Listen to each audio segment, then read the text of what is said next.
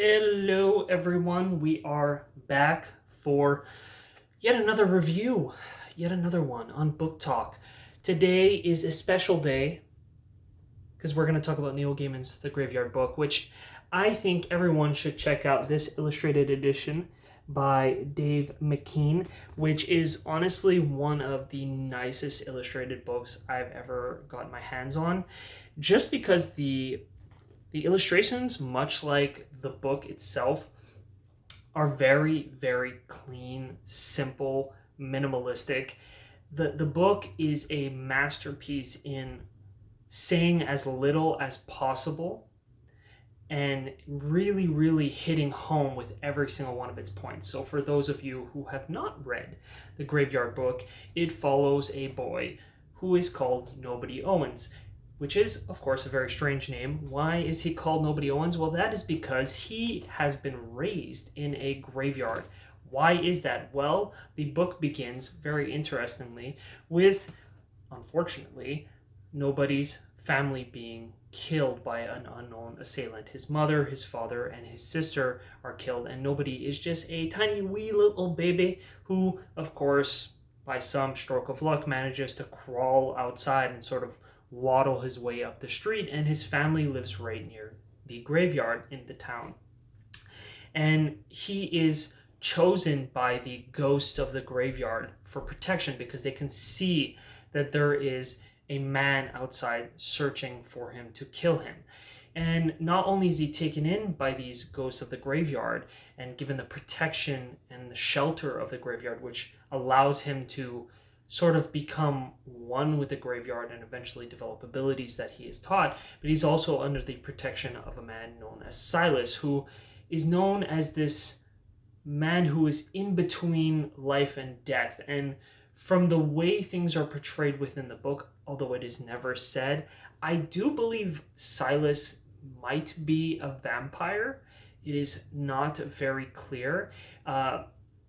You do see werewolves, you see a mummy later on in the series who are allies of Silas. So I really truly believe that they are supposed to be a sort of representation of the old horror story main tropes of the mummy, the werewolf, and the vampire. Who knows, Silas might even supposedly be Dracula, or he at least is inspired by the concept of Dracula and vampires themselves. And so Nobody Owens grows up in this graveyard learning from the ghosts. And he's taken care of food-wise and any other needs he needs by Silas, who brings stuff to him. And he is adopted by two ghosts of family, the Owenses, who are a couple who happen to be dead. And they take care of him and they raise him, which itself is a really, really cool concept. And as I said before, Neil Gaiman manages to, in a very succinct fashion, he never wastes words. He says exactly what needs to be said, and yet also manages to put a lot of depth and emotion and just interesting facts in his stories. He does this a lot in his other novels, American Gods and Neverwhere, which is probably my top 5 favorite books. I love Neverwhere, and I will be doing a review of it. The Graveyard Book really, really gets it. There's not huge amounts of dialogue in the book, and when people speak to each other, a lot of it is whimsical, and many things are not explained. The mystery is kept in this book. Even by the end of it, as I said before, you never know what Silas is. Many things are not explained. Even though Nobody is raised by the ghost, there's many things that the ghosts do not tell him. Why? Because they understand that he is human, and there's that dichotomy constantly of him being a part of the graveyard, being raised by the ghost, but they all know that he cannot stay with them because he is one of the living. And that is the main focus of this book, is really this understanding of what does it mean to be alive? What does it mean to be dead? And where do we belong in that sphere, especially if you're someone who happens to know that, let's say, ghosts exist and magic exists and there's this power outside of it. And you get to see it from that opposite view. Yes, Nobody is alive, but because he is raised solely around ghosts, as he gets older and he starts to understand how different he is, he needs to come to terms with this fact that he doesn't belong with the the dead. He belongs with the living, but he doesn't know how to be with the living people. So he has to slowly kind of come to terms with that. And underlying this all, of course, is the fact that who was this man who tried to kill him? And the fact that that risk still exists. Silas makes sure he understands that he's always at risk until these people are taken care of. And as the story goes along, you slowly kind of get little tidbits of information where you're slowly starting to understand who these people are, and then it's really twisted and wrapped up very quickly at the end. But again, that mystery is always kept, and I think that is one of the best things about the Graveyard Book. It's just filled with mystery. And for those of you wondering about the illustrations, we'll find something cool here. These are really cool style illustrations, really beautiful. I love, what was his name again, Dave McKean. He really managed to capture this very minimalistic, dark style of drawing that I find suits the book so well. And I would highly recommend this book for people of all ages. I think The Graveyard Book is a phenomenal book for children, especially if you're trying to kind of understand life and death and get that little imbue of magic. It's not too overly complicated, and yet its themes are deep enough that even an adult at any age can really appreciate and love it. So it's one of those books that stands on the precipice between fiction and nonfiction. I find it's fantasy without being too fantasy. It's dark themes without being too dark. Neil Gaiman is just phenomenal at that. He has a great way of just showing the magic within magic, because in most fantasy series, the magic is just what it is. It's just there. Whereas if you look at many of Neil Gaiman's series, the magic is this mysterious thing that many people don't comprehend, and many times your central character is just kind of there, involved in it, but never fully a part of it. It's always going to be this really kind of creepy, misunderstood thing that everybody who's in that magical world only has bits and pieces of it. You see that a lot in Neverwhere. You see that a lot in here.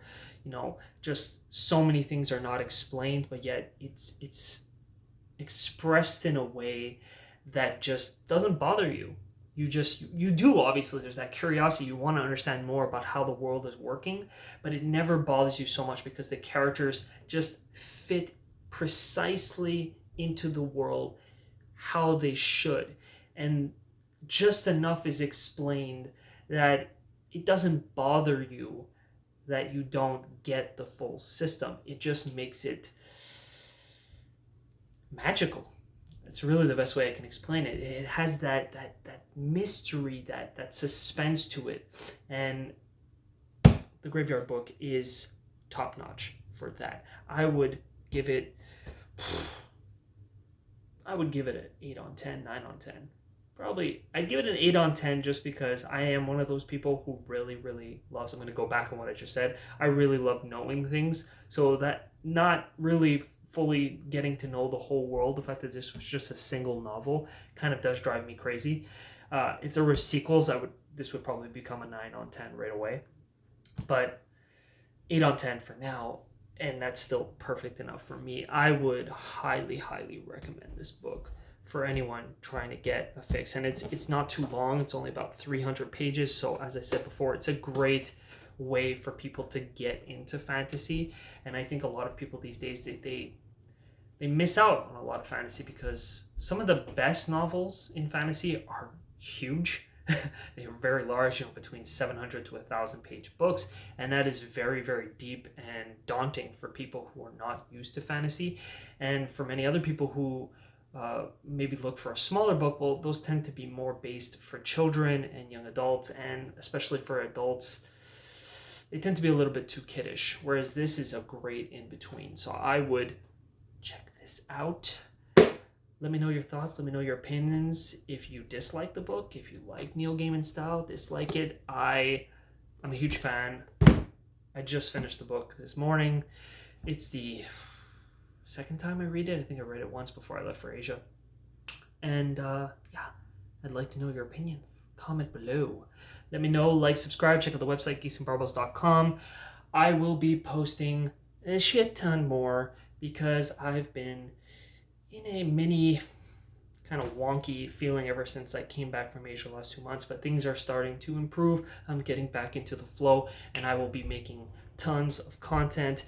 And for those of you who enjoy reading, check out my website. I have written tons of stuff on the website itself, and I will be getting back into writing more itself. And I will slowly get back into writing my own book, which is hopefully something that I can release online as well. I don't really care about publishing or anything like that. It's not something I'm doing for money. It's something I just want to do for fun because I've always had way too much information in my head. So that's it. Have a great day, everybody.